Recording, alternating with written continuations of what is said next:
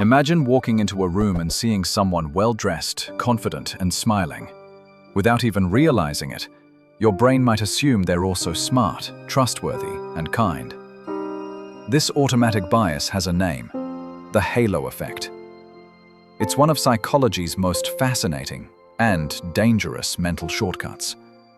As Winston Churchill once said, "A lie gets halfway around the world before the truth has a chance to get its pants on." And in many ways, the halo effect is like that lie, shaping how we judge people before we really know them.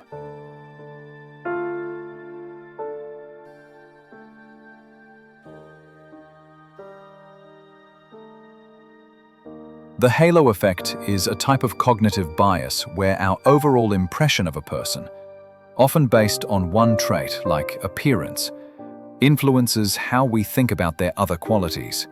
For example, if someone is attractive, we might also assume they're smarter, kinder, or more capable, even when there's no evidence.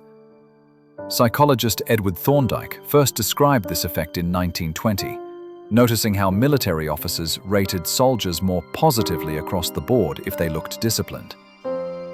Or, as Maya Angelou put it, "We are only as blind as we want to be." The halo effect blinds us every single day. Let's make it real.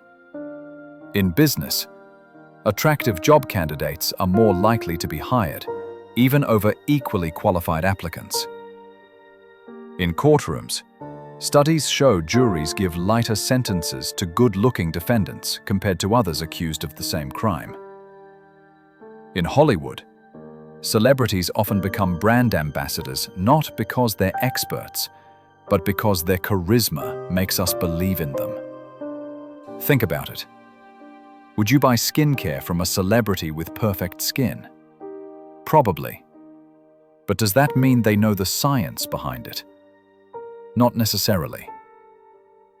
Nelson Mandela once said, "Resentment is like drinking poison and then hoping it will kill your enemies." In the same way, the halo effect poisons our judgment, and we don't even notice. The halo effect might seem harmless, but it can create big problems. Bias in education. Teachers may assume a well-dressed or confident student is more intelligent, overlooking quieter students. Workplace promotions. Charismatic workers may rise faster, even if their skills don't match. Politics. Voters often choose candidates based on charm or appearance rather than policies. And here's the danger. When we overvalue one quality, we can completely ignore flaws.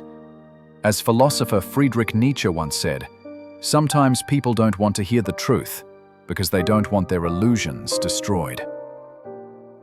The halo effect is an illusion, and it can be destructive.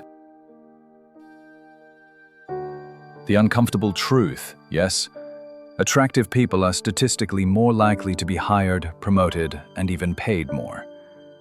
This doesn't mean they're always more competent, but society rewards them as if they are. But here's the hopeful part. Confidence, body language, and presence can create a halo just as much as looks. As Maya Angelou said, "People will forget what you said. People will forget what you did. But people will never forget how you made them feel." That means you can create your own halo, not through physical appearance alone, but through warmth, kindness, and confidence. Now the big question: how do we stop falling for the halo effect? Slow down judgment. When you meet someone new, ask, "Am I judging them based on one trait?" Look for evidence. Don't assume competence. Look for actual skills and actions. Diversify your circle. When you interact with people from different backgrounds, your brain becomes less reliant on snap judgments. And here's the empowering truth. You can consciously use the halo effect positively.